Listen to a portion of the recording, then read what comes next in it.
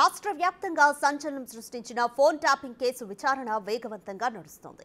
ఈ కేసులో A4గా ఉన్న టాస్క్ ఫోర్స్ మాజీ డీసీపీ రాధాకిషన్ రావుకు నాంపల్లి కోర్టు అనుమతించిన 7 రోజుల పోలీస్ కస్టడీ నేటితో ముగిసింది. పోలీసులు ఆయన్ను ఈ రోజు ఉదయం నాంపల్లి కోర్టులో ప్రవేశపెట్టనున్నారు. ఇప్పటివరకు జరిగిన విచారణలో రాధాకిషన్ రావు పలు కీలక విషయాలను వెల్లడించారు. ఫోన్ ట్యాపింగ్ వ్యవహారంలో రాజకీయ ప్రముఖుల పాత్ర, నగదు తరలింపు విషయాలపై ఆయన పోలీసులకు సమాచారం ఇచ్చినట్లు తెలిసింది. ఎస్ఐబి మాజీ చీఫ్ ప్రభాకర్ రావు ఆదేశాల మేరకే ఫోన్ ట్యాప్ చేసినట్లుగా రాధాకిషన్ రావు పోలీసుల విచారణలో పేర్కొన్నారు. 2018 ఎన్నికల సమయంలో ప్రణీత్ రావు ఇచ్చిన సమాచారంతో నాయకుల డబ్బును సీజ్ చేసినట్లుగా తెలిపారు. రామ్ గోపాల్పేట పరిధిలోని పారడైజ్ వద్ద భవ్య సిమెంట్స్ అధినేత భవ్య ఆనంద్ ప్రసాద్ కు చెందిన 70 లక్షలు సీజ్ చేశారని, ఆ సమయంలో షేరిలింగంపల్లి నియోజకవర్గం నుంచి టీడీపీ తరపున ఆయన పోటీ చేస్తున్నట్లుగా తెలిపాడు. ఇక దుబ్బాక ఉప ఎన్నికల సమయంలోనూ ట్యాపింగ్ చేసిన సమాచారాన్ని ప్రణీత్ రావు తనకు పంపినట్టు రాధాకిషన్ రావు చెప్పారు.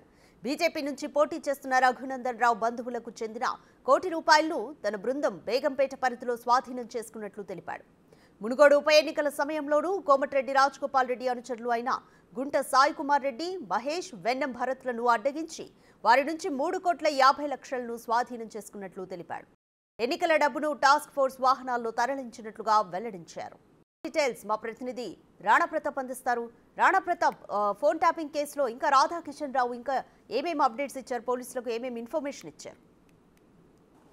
ఇన్ని రోజులు ప్రభాకర్ రావు ఇచ్చినటువంటి ఆదేశాల మేరకే నేను పూర్తి స్థాయిలో కూడా ఈ రకమైనటువంటి పనులన్నీ కూడా చేశారనేసి కూడా ఆయన కన్ఫెషన్ స్టేట్మెంట్ కూడా ఒప్పుకున్నటువంటి నేపథ్యం అయితే కనపడుతుంది. ఎందుకంటే ప్రధానంగా ప్రభాకర్ రావు సూత్రధారిగా ఉన్నటువంటి ఈ కేసులోనే చాలా మంది బీఆర్ఎస్ సంబంధించినటువంటి నాయకులు మా పైన ఒత్తిడి చేశారు. ఫోన్ ట్యాపింగ్ చేయమని పలువురు నెంబర్ వాటిని బేస్ చేసుకొని మేము వారిని ట్యాప్ చేసాము, వారి కదలికలంత పైన నిఘా పెట్టామనేసి కూడా రాధాకిషన్ రావు కన్ఫెషన్ స్టేట్మెంట్లో ఒప్పుకున్నట్టుగా మనకు సమాచారం అవుతుంది. దాంతోపాటు ఈ 10 మంది బీఆర్ఎస్ నాయకులు చాలా కీలకంగా పనిచేశారనేది కూడా నేపథ్యం ఏర్పడుతుంది. ఎందుకంటే వీరికందరికీ కూడా రెగ్యులర్గా ఎస్ఐపి చీఫ్ అయినటువంటి ప్రభాకర్ రావు టచ్లో ఉండడమే కాకుండా వారిచ్చే ఆదేశాలు మాకు చెప్పడం, మాతో పనులు చేయించుకోవడము ఇవన్నీ కూడా జరిగాయనేసి కూడా ఆయన ఒప్పుకున్నట్టుగా సమాచారం అవుతుంది. అయితే ఆయనని కస్టడీ విచారణలోకి తీసుకున్న తర్వాత మొదటి 2-3 రోజుల్లో మాత్రం మొత్తం తన సర్వీస్లో ఎప్పుడొచ్చారు, తన వ్యక్తిగత జీవితం ఏంటి, తను ఎస్ఐబిలో టీం ఎలా ఫామ్ చేశాడు, తనకున్నటువంటి పరిచయాలు ఏంటి, తన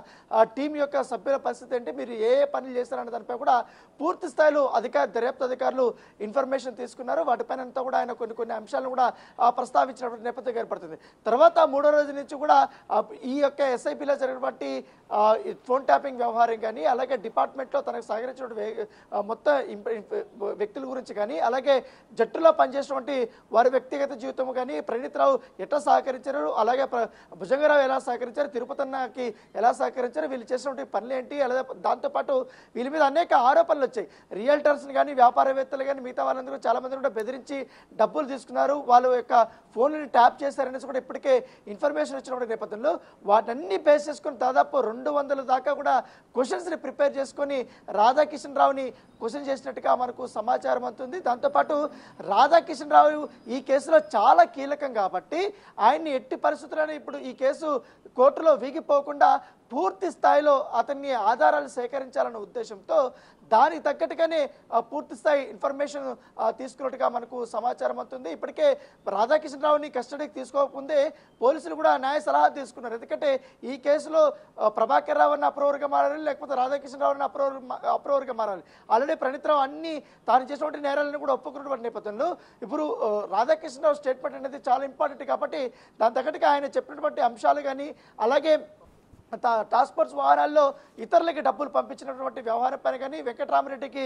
తమ వాహనాల్లో డబ్బులు పంపించామనేసి కూడా ఇప్పటికే ఆయన స్టేట్మెంట్లో కూడా ఒప్పుకున్నటువంటి నేపథ్యంలో ఇవన్నీ కూడా వీడియో రికార్డు రూపంలో కూడా వారు రికార్డ్ చేసుకున్నారు. ఇవన్నీ కూడా ఇవాళ నేటితో రాధాకిషన్ రావుకు సంబంధించినటువంటి విచారణ పూర్తి అయిపోయింది కాబట్టి మరి కాసేపట్లో గాంధీ హాస్పిటల్ తీసుకెళ్లి తర్వాత నాంపల్లి కోర్టులో ఆయన్ని ప్రొడ్యూస్ చేయబోతున్నారు. కాకపోతే ఈ కేసులో చిక్కుముడులు చాలా ఉన్నటువంటి నేపథ్యంలో ఖచ్చితంగా రాధాకిషన్ రావుని మరికొన్ని రోజులు కస్టడీ పొడిగిస్తే ఈ ప్రభాకర్ రావు విషయం అనేది పూర్తిగా తేటతెల్లమవుతుంది. ఈ కేసు మరొక కీలకమైనటువంటి మలుపు తిరగబోతుంది. ఎందుకంటే బీఆర్ఎస్ సంబంధించినటువంటి 10 మంది నాయకులు ఈ కేసులో ఇన్వాల్వ్ అయ్యారు కాబట్టి ఇప్పటికే చాలా మంది అధికారులు అరెస్ట్ అయ్యి జైలు పాలైనటువంటి నేపథ్యంలో రాధాకిషన్ రావు ఇచ్చినటువంటి ఆధారాల నేపథ్యంలో వారిని క్వశ్చన్ చేయాలన్నటువంటి నేపథ్యంలో ఇంకా అనేక కోణాల్లో కూడా మేము విచారించాలి కాబట్టి ఖచ్చితంగా కూడా మరో 2 రోజులు పొడిగించాలని కూడా ఇప్పటికే నాంపల్లి కోర్టులో పంజాగుట్ట పోలీసులు మరోసారి పిటిషన్ వేయబోతున్నట్టుగా మనకు సమాచారం ఉంది.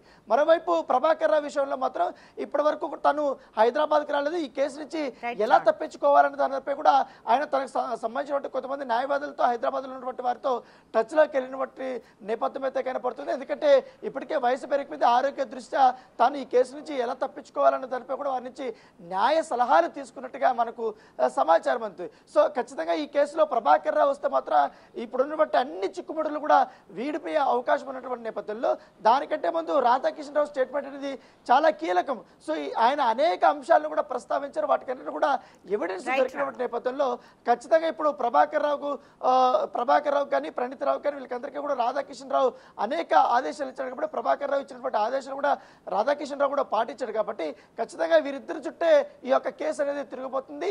ఈ వారంలోనే మరో 10 మంది బీఆర్ఎస్ నేతలకు నోటీసులు వెళ్ళి వారిని కూడా అరెస్ట్ చేసే అవకాశం ఉన్నట్టుగా మనకు సమాచారం అందుతుంది. Thank you Rana.